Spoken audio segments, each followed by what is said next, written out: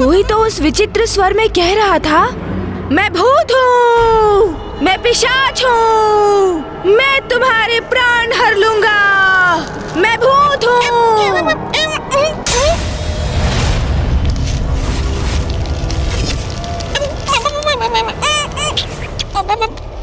और फिर वो व्यक्ति यथाशीघ्र वहाँ से भागा। मूषक जी, तो वो आगे था, बवंडर उसके पीछे पीछे, वो आगे, बवंडर उसके पीछे, आगे पीछे आगे पीछे आगे पीछे, वो भागा जाए, बवंडर उसके पीछे पीछे, आगे पीछे आगे पीछे आगे पीछे।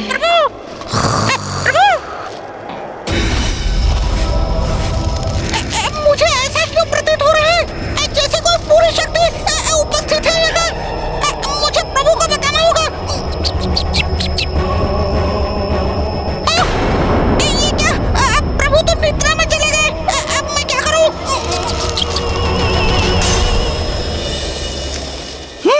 अब सब कुछ शांत हो गया। अब मुझे कदाचित भयभीत नहीं होना चाहिए। प्रतीत होता है वो मेरा भ्रम था, किंतु प्रभु से मुझे वो भूत पिशाच की कथा नहीं सुननी चाहिए थी। कोई बात नहीं, अब मैं भी थोड़ा विश्राम कर ही लेता हूँ।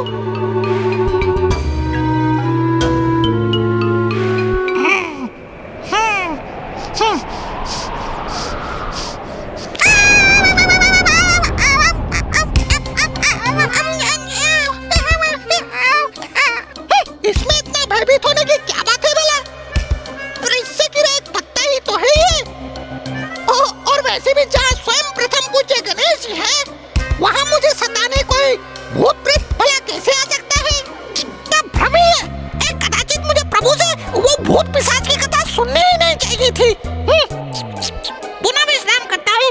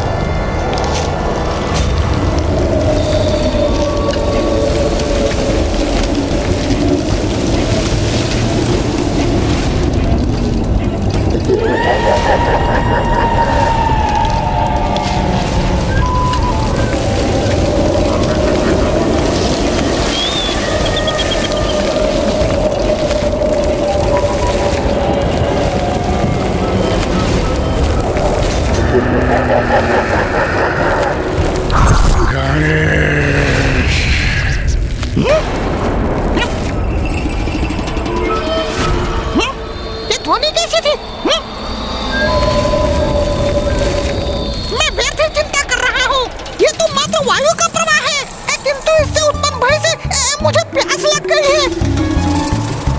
किंतु एकाकी जाने का साहस नहीं हो रहा है मुझे प्रभु के जागने की प्रतीक्षा करनी चाहिए।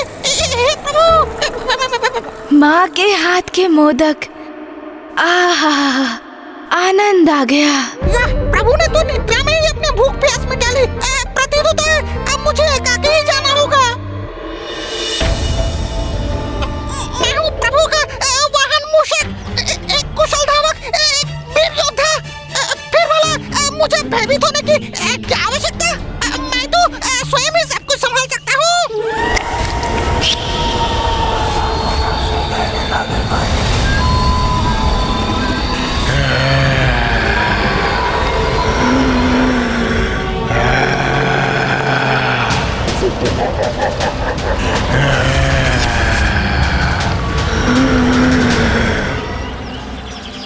आहा, स्वच्छ शीतल जल, बहुत प्यास लगी है मुझे।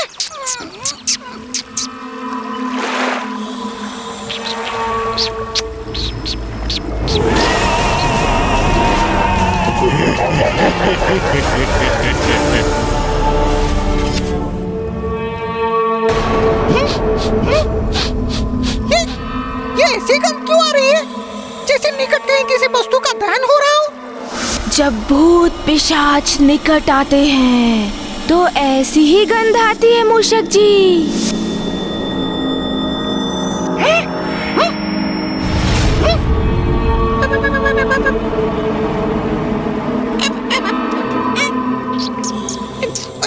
ये क्या हो गया है मुझे? मुझे अपनी इस कल्पनाशीलता को विश्राम देना चाहिए।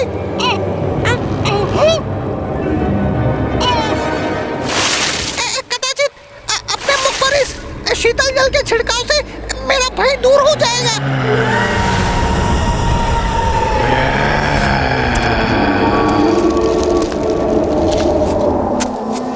जैसे प्रभु की कथा में हुआ था वैसा ही यहाँ भी हो रहा है क्या?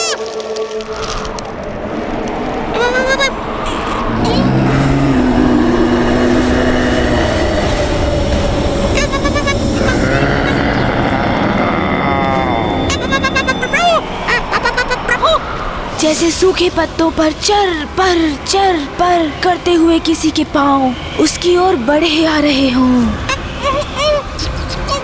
उड़कर देखने में भी भय का आभास हो रहा है मुझे।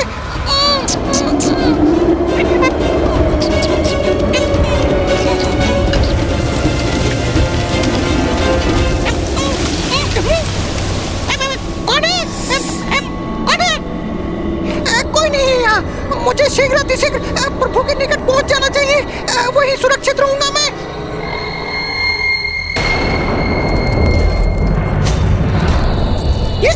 ये पक्षी क्योंकि भूत पिशाच का एक पांव सीधा होता है तो एक पांव उल्टा।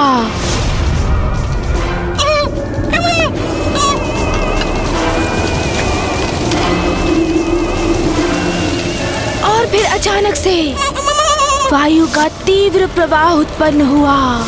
ये तो वही हो रहा है जैसे प्रभु की कथा में हो रहा था। और देखते ही देखते उस वायु प्रवाह ने बवंडर का रूप धारण कर लिया।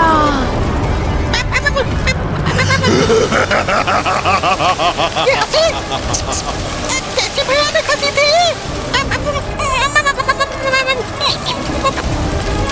हे प्रभु मेरी रक्षा करना।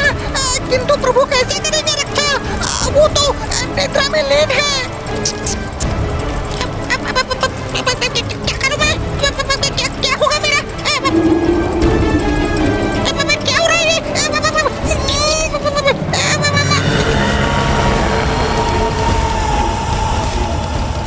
कहीं मुझे अपने प्राण संकट में तो नहीं?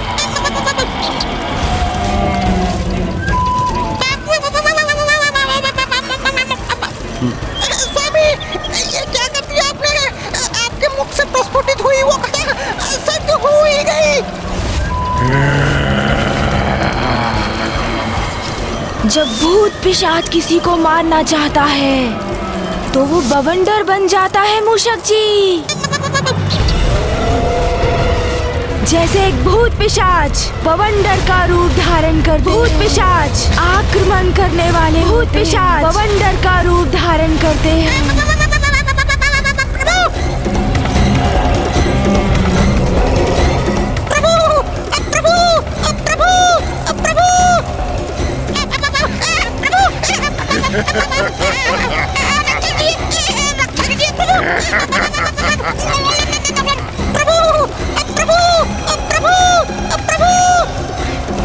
ये बवंडर तो मेरा पीछा ही कर रहा है जैसे मेरा आंधी करना चाहता हूँ। कहाँ भागोगे तुम? मैं तुम्हें पकड़ ही लूंगा।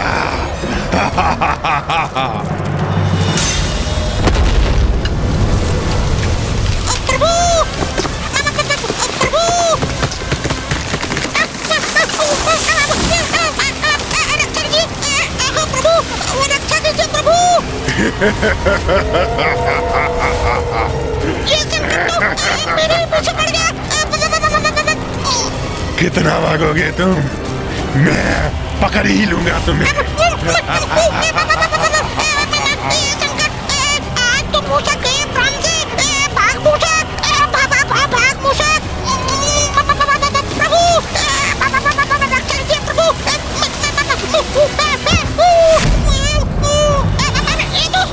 छोड़ो मुझे। कौन करेगा तुम्हारी रक्षा? कौन हो तुम?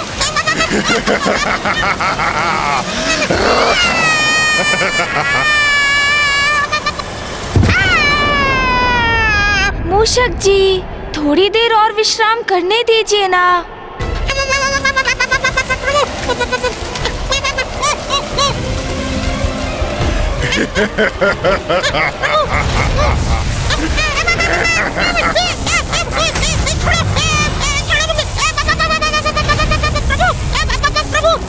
क्या तुम्हें याद नहीं मैं कौन हूँ?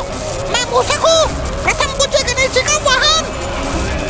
यदि उन्हें आभास हो गया ना कि तुम मुझे सता रहे हो, वो तुम्हें कदापि नहीं छोड़ेंगे। छोड़ो मुझे।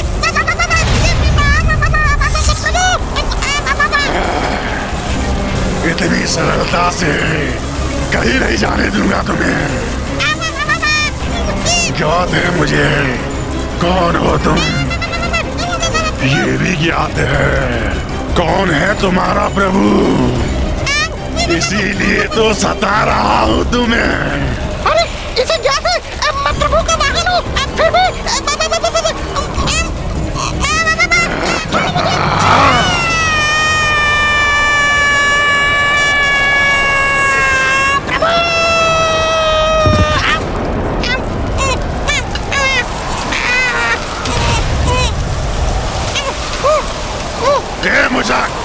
पेड़ की शाखा को छोड़ो और नीचे आओ। नहीं आऊंगा, कदापि नहीं आऊंगा मैं। प्रभु, प्रभु।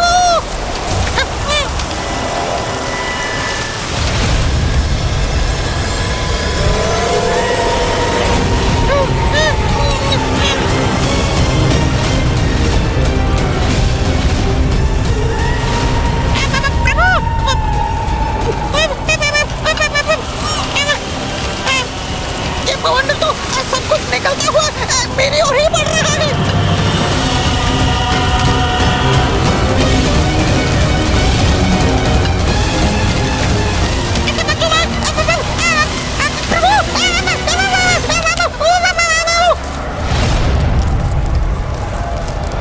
मूषक जी, मूषक जी कहाँ चले गए? और मुझे ऐसा क्यों प्रतीत हुआ जैसे मूषक जी मुझे पुकार रहे हैं?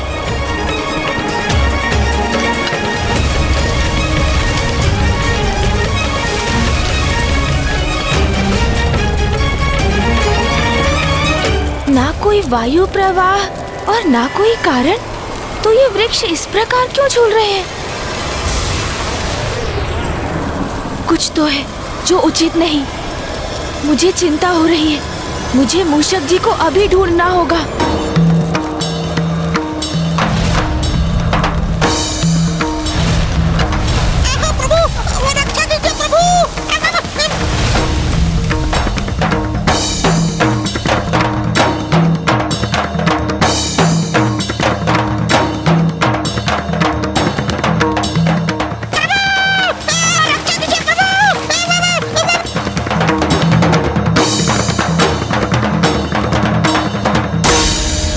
इतना विनाश, जैसे कि प्रकृति तो तहस नहस ही हो गई है।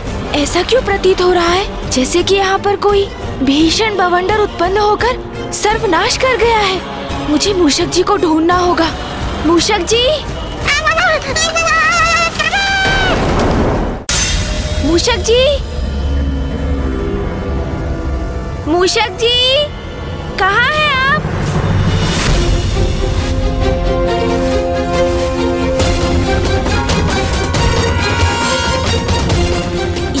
ये क्या? ये पद चिन्ह मेरी कथा के समान।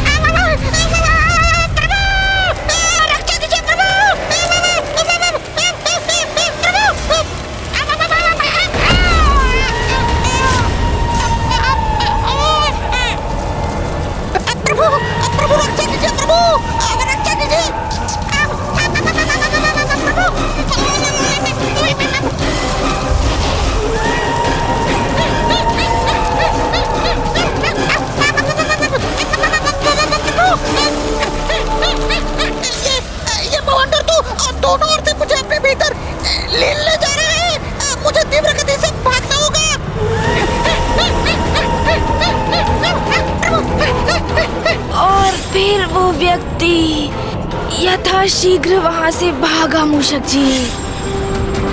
तो वो आगे था, बवंडर उसके पीछे पीछे। वो आगे, बवंडर उसके पीछे। प्रभु, आप कहाँ हैं प्रभु? इस बवंडर से कैसे अपनी रक्षा करूँ अब मैं? रुको, कहाँ भाग रहे हो तुम? भागो मूषक!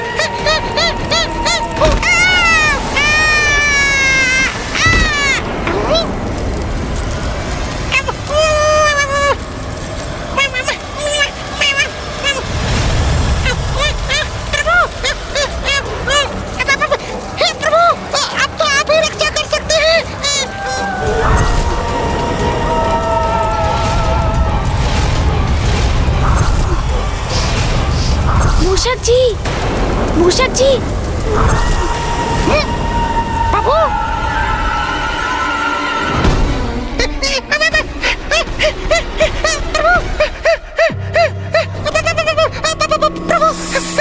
मूषक जी, आप भी ना इतने भावुक क्यों हो रहे हैं आप वहाँ से यहाँ क्यों चले आए? मैं तो वही था आराम पूर्वक। किंतु मूषक जी, आप इतना कंपित क्यों हो रहे हैं? प्रभु, आपको बवंडर पीछे मेरे जैसे आपके भूत पिशाच कथा में था प्रभु। वो मेरे पीछे मैंने देखा, भूत पिशाच को देखा मैंने, मेरा अंत करने का प्रयास कर रहा था प्रभु। मूषक जी, मुझे ज्ञात है कोई तो भूत पिशाच अवश्य है जो आपको सता रहा है, और इसका आभास मुझे भी हुआ है मूषक जी। किंतु कोई बात नहीं, अब मैं संभालता हूँ मूषक जी। उस भूत या पिशाच को उचित पाठ पढ़ाऊंगा मैं। अरे ये क्या मूषक जी, आप भी भूत पिशाच की रट लगा रखे हैं। मैंने कहा ना मूषक जी, भूत पिशाच का कोई अस्तित्व नहीं। आप व्यर्थ में ही भयभीत हो रहे हैं, और ये सब मनगढ़ंत कल्पना से उपजा हुआ गल्प है। नहीं प्रभु, भ्रम नहीं था मेरा, कोई तो भूत पिशाच अवश्य था। किंतु मुझे तो नहीं हुआ, तो मैं कैसे स्वीकार कर लूं कि भूत पिशाच का कोई अस्तित्व है मूषक जी? मैंने उस विशाल बवंडर के भीतर उसकी छवि भी देखी थी प्रभु, मेरा विश्वास कीजिए। पिशाच मनगढ़ंत है, कल्पना से उपजे कल्प है। अच्छा, मैं अब तुम्हें आभास करवा देता हूँ कि भूत पिशाच क्या कर सकते हैं।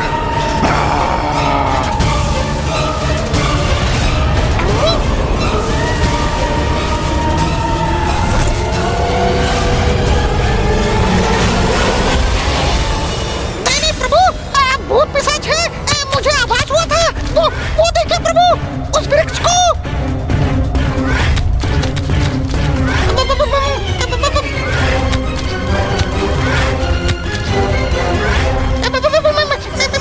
ये क्या हो रहा है? मैंने देखा प्रभु, ये सब उस भूत पिशाच का ही किया जा रहा है। अब प्रमाणित हो गया ना भूत पिशाचों का अस्तित्व। अरे मूषक जी, ये तो मात्र किसी का छलावा है। मुझे विश्वास नहीं कि ये किसी भूत पिशाच का कृत्य है। मूषक जी, यदि वास्तव में कोई भूत पिशाच होता तो चूल्हे से निकले कोयले यहाँ हमारे समक्ष गिरा कर दिखाता। अच्छा,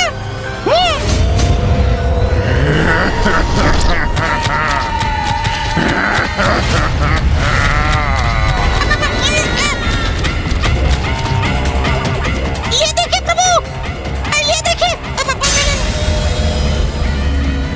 अब तो विश्वास हो गया ना आपको प्रभु, भूत नहीं किया ये।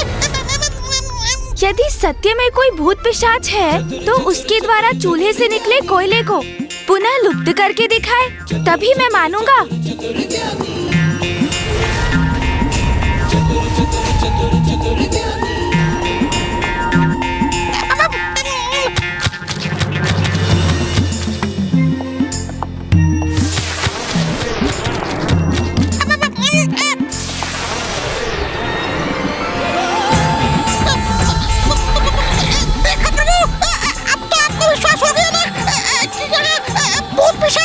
मेरी युक्ति कार्य कर रही है। अब मैं इसी युक्ति से उस भूत अथवा पिशाच को मेरे समक्ष आने पर विवश कर दूंगा।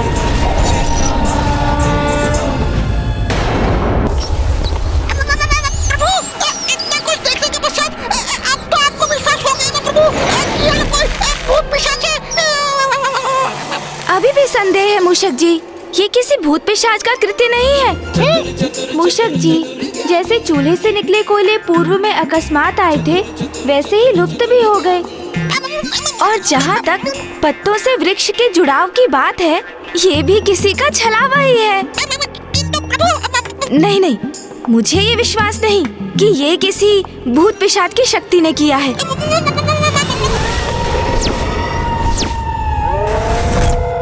यदि सत्य में ही कोई भूत पिशाच है तो वो उस वृक्ष के मध्य में से, उस नन्हे छिद्र से चट्टान निकाल कर दिखाए। वो छिद्र, क्या कह रहे हैं प्रभु? इतने नन्हे से छिद्र से इतना विशाल छत्ता कैसे?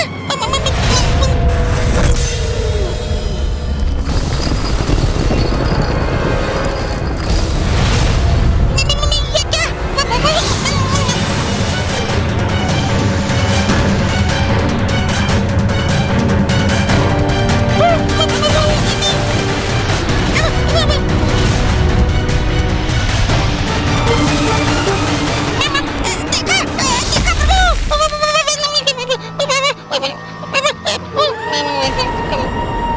अब तो स्वीकार कर लीजिए प्रभु, ये भूत पिशाच से ही संभव है, और कोई इस असाधारण कृत्य को कैसे संभव कर सकता है भला? प्रभु,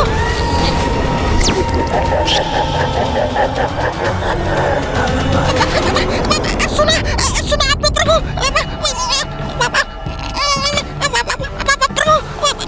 अब समय आ गया है उस पिशाच को बंदी बनाकर उसकी सत्यता जानने का।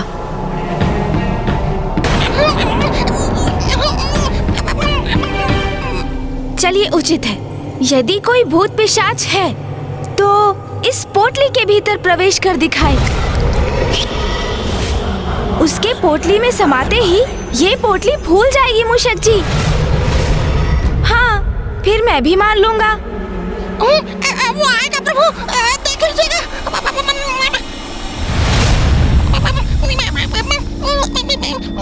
देखा मूषक जी, यहाँ कोई भूत पिशाच नहीं है। कोई नहीं? मैंने कहा था ना, ये मात्र भ्रम है। अभी प्रमाणित कर देता हूँ।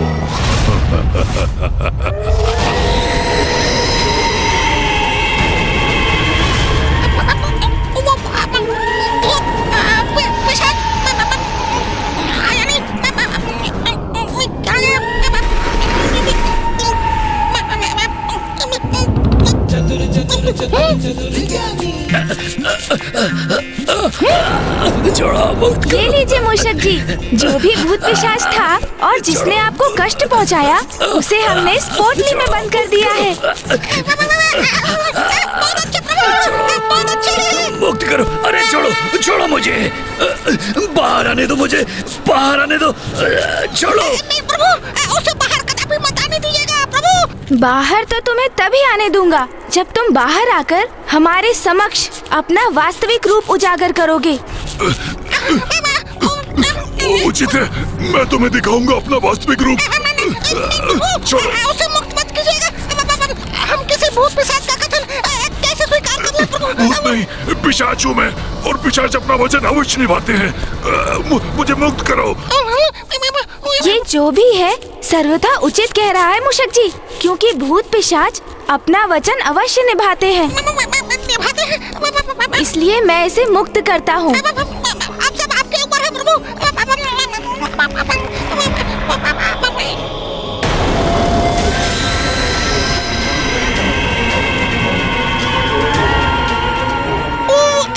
किधर गया?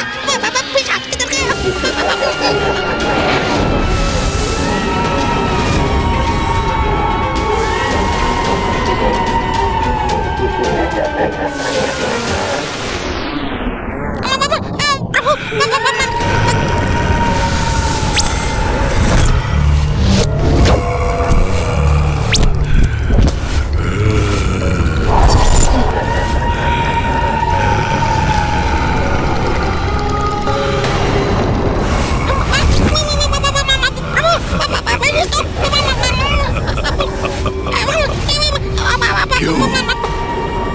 कैसा लगा मेरा ये वास्तविक स्वरूप?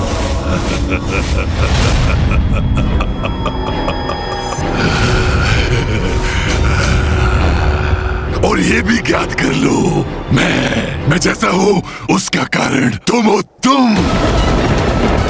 तुमने ही मुझे इस भयंकर कुरूप स्वरूप में परिवर्तित किया है। मैंने? वो कैसे? रुक जाओ दुष्ट! कुमार कार्तिकेय जी! भैया यहाँ और इतने क्रोध में? मेरे भ्राता को हानि पहुंचाने आए हो तुम? मैं तुम्हारा अंत कर दूंगा।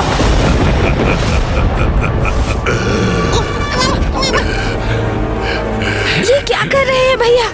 ये पिशाच अपनी अवस्था के लिए पूर्व में ही मुझे उत्तरदायी मान रहा है और अब भैया इस पर आक्रमण करने जा रहे हैं।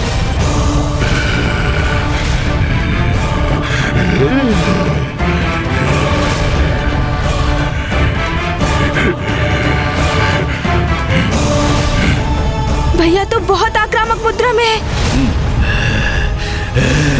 और प्रतीत हो रहा है जैसे ये पिशाच भी पीछे नहीं हटेगा। दुष्ट! तुम्हें ज्ञात भी है तुम कितने बड़े संकट को आमंत्रित कर रहे हो? किससे उलझ रहे हो? ये कोई और नहीं, स्वयं महादेव पुत्र प्रथम पूज्य गणेश है। कुमार कार्तिकेय जी अत्यंत क्रोधित हैं। तुम्हें भैया रुकिए। नहीं गणेश, आज मैं तुम्हारी एक नहीं सुनूंगा।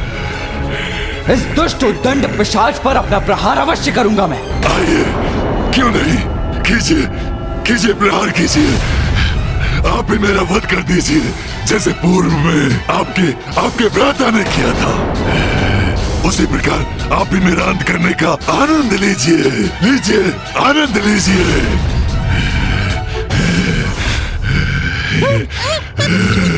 गणेश के हाथों इसका अंत हुआ था? मैंने इसका वध किया? कौन है ये? मैं वैसे ही भयभीत हो रहा था। ये पिशाच युद्ध नहीं करना चाहता। ये तो बस क्षुब्ध है प्रभु से, किंतु फिर ये चाहता क्या है? क्यों? क्या हुआ? चुप क्यों हो गए? अपने दंड का वार करो ना, करो। यही शेष रह गया था, ये भी पूरा कर लीजिए आप। मुझे भली भांति ज्ञात है गणेश जी कौन है और कितने सम्मानीय हैं। मुझे पुनः उनके समक्ष आने के लिए बहुत साहस जुटाना पड़ा। हाँ।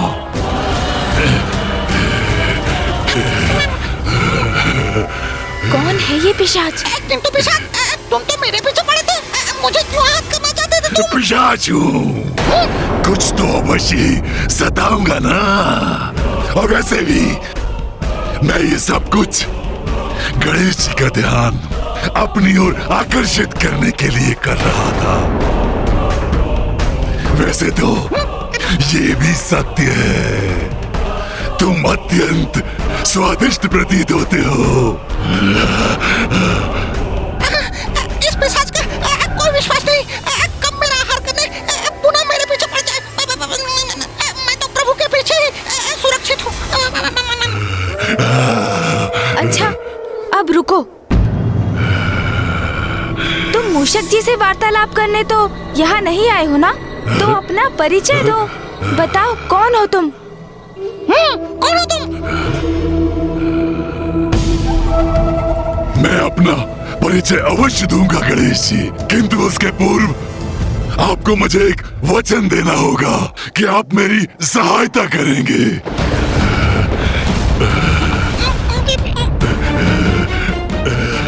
गणेश, हमें सचेत रहना चाहिए। इससे इसका परिचय प्राप्त किए बिना हमें इसे किसी भी प्रकार का कोई वचन नहीं देना चाहिए।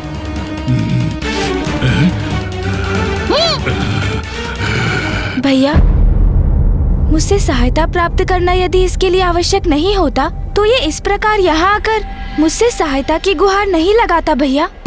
और फिर ये जो भी है यहाँ मेरे शरणार्थी के रूप में आया है, और जो हमारी शरण में आकर हमसे सहायता मांगते हैं उनका सहायक बनना तो हमारा धर्म और कर्तव्य है ना भैया। उचित कहा आपने, उचित कहा।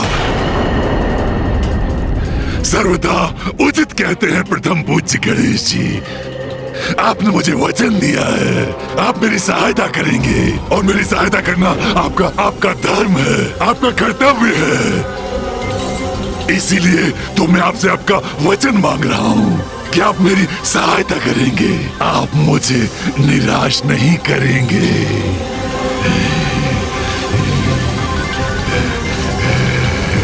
यदि तुम मुझे अपना उचित परिचय दोगे तो मैं वचन देता हूँ, मैं तुम्हारी सहायता करने से कदापि पीछे नहीं हटूंगा। ये मेरा वचन है। उचित है फिर। आप मुझे मेरे इस रूप में पहचानने में असमर्थ हैं। मैं ज्ञानी हूँ, ज्ञानी, ज्ञानी, ज्ञानी। ज्ञानारी, आपने मेरा वध किया था।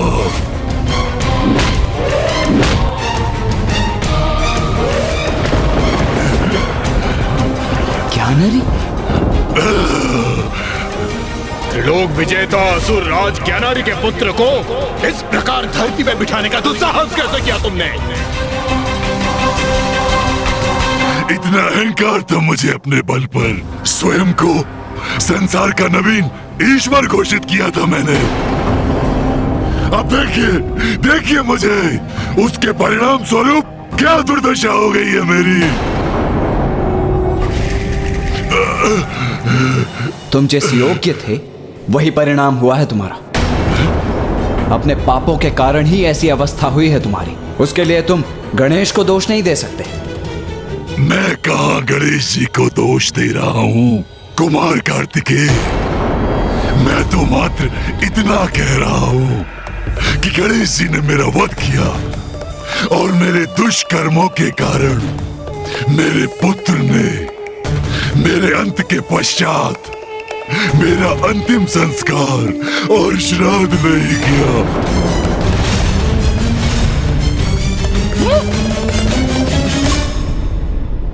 इसलिए मेरी आत्मा।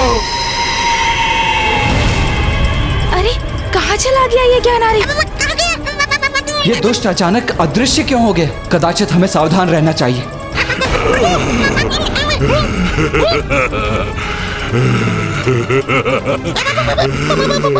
ये मेरी आत्मा, तभी से मेरी आत्मा।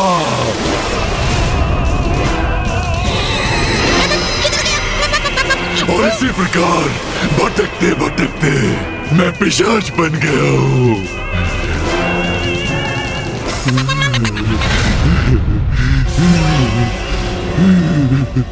किंतु तुम्हारी इस अवस्था में गणेश कोई सुधार कैसे ला सकता है? मेरा वध? मेरा वध? वो प्रथम पूज्य है, वो अवश्य कुछ कर सकते हैं। वो जब तक ऐसा नहीं करेंगे मैं नहीं जाऊंगा यहाँ से। आप दोनों के निकट भटकता रहूंगा। ये कैसा विचित्र संकट बनकर हमारे पीछे पड़ गया है? संकट नहीं कुमार कार्तिकेय, पिशाच बस वही आपके पीछे पड़ा है। तुम्हें चिंता करने की कोई आवश्यकता नहीं है ज्ञानारी। मैंने तुम्हें सहायता का वचन दिया था तो वो मैं अवश्य पूर्ण करूंगा। किंतु अभी कब करेंगे? हाँ? सर्वप्रथम मुझे ये तो ज्ञात करने दो कि मैं तुम्हारी सहायता कैसे कर सकता हूँ। और ये अब कब याद करेंगे? अभी ना, अभी ना। भैया, क्या ये ज्ञानारी सत्य कह रहा है? क्या अंतिम संस्कार एवं श्राद्ध के बिना मृत आत्मा को पिशाच योनि प्राप्त होती है? हाँ गणेश, किंतु ऐसा मात्र उन आत्माओं के साथ होता है जिन्होंने अपने जीवन काल में अनेकों पाप कर्म किए हों। जो व्यक्ति अपना संपूर्ण जीवन ईश्वर की निंदा में व्यतीत करता है। मूर्ख बालक, मैं अभी तुम्हारे इस विश्वास को खंडित कर देता हूँ। स्वयं से दुर्बल जीवों पर अत्याचार करता है, अपने कर्म एवं अपने धर्म का उचित पालन नहीं करता, चौर्य कर्म करता है, असत्य वचन बोलता है, स्वयं के चरित्र के पतन का उत्तरदायी होने के साथ साथ वो अन्य सभी के साथ भी दुराचार का व्यवहार करता है। उसका यदि अंतिम संस्कार उचित प्रकार से ना हो, पूर्ण विधि विधान से उसका श्राद्ध न किया जाए, तो उसकी मृत आत्मा भटककर भूत, पिशाच, ब्रह्म, राक्षस आदि में परिवर्तित हो जाती है। अब तो आपको कुमार कार्तिकेय के इन वचनों से सब कुछ स्पष्ट हो गया प्रभु। अब मुझे शीघ्र मुझे मुक्ति दिलाइए। मैं आपका शरणागत हूँ प्रभु। मुझे दिया वचन पूर्ण कीजिए प्रभु, पूर्ण कीजिए अपना वचन प्रभु। ज्ञानरी, यदि तुमने पूर्व में ही गणेश की प्रभुता को स्वीकार कर उसकी शरणागत हो गए होते, तो आज तुम्हें इतने कठिन समय का सामना नहीं करना पड़ता। भैया, ये पिशाच योनि में क्यों है, ये तो मुझे स्पष्ट हो गया है। किंतु अब ज्ञानारी को मुक्ति कैसे प्राप्त होगी, उसका भी तो उपाय सुझाइए।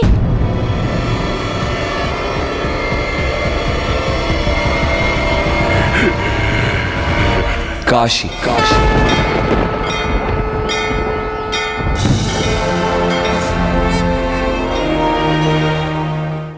एकमात्र काशी ही वो पुण्य स्थली है जहां ये संभव है।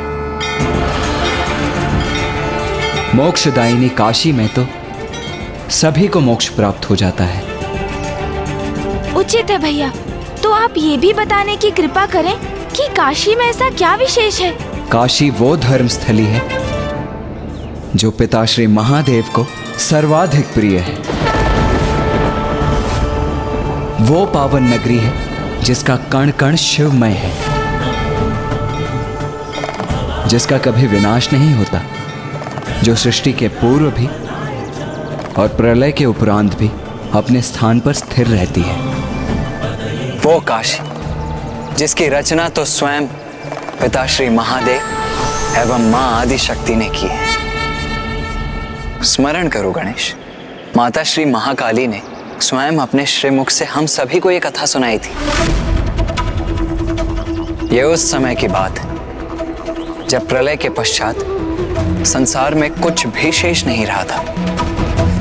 तत्पश्चात पिता श्री महादेव एवं मां आदि शक्ति ने अपना दिव्य अर्धनारीश्वर रूप प्रकट किया। मां की शक्ति और पिताश्री के तप से सृष्टि का प्रारब्ध हुआ। उस समय मात्र जल ही जल था, जिससे अति बलशाली शेषनाग जी का उत्सर्जन हुआ, जिस पर स्वयं नारायण विराजमान थे। और नारायण की नाभि से एक दिव्य दंडिका उत्पन्न हुई, जिसके अग्रभाग के एक कमल के पुष्प पर ब्रह्मदेव विराजमान थे। नारायण को जगत के पालनहार होने का दायित्व संभालना था, किंतु वो गहन निद्रा में लीन थे।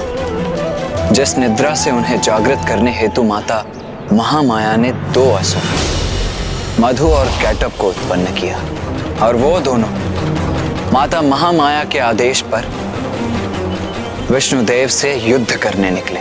और तब उनकी दृष्टि ब्रह्मदेव पर पड़ी। वो ब्रह्मदेव का उपहास करने लगे। उठिए नारायण। ब्रह्मदेव ने नारायण को पुकारा और नारायण निद्रा से बाहर आ गए। फिर उन्होंने मधु और कैटब का वध किया। इन दोनों असुरों के तन के अवशेष जल में गिरे और दोनों के जुड़ाव से पृथ्वी का निर्माण हुआ, जो क्रमशः ठोस होती गई। तब विष्णुदेव और ब्रह्मदेव ने महादेव की अर्चना कर उनसे विनती की कि वो एक ऐसे स्थान को उत्पन्न करें जहां उनके सभी भक्त, जिसमें विष्णुदेव और ब्रह्मदेव भी सम्मिलित होकर उनकी प्रार्थना कर सके। और तभी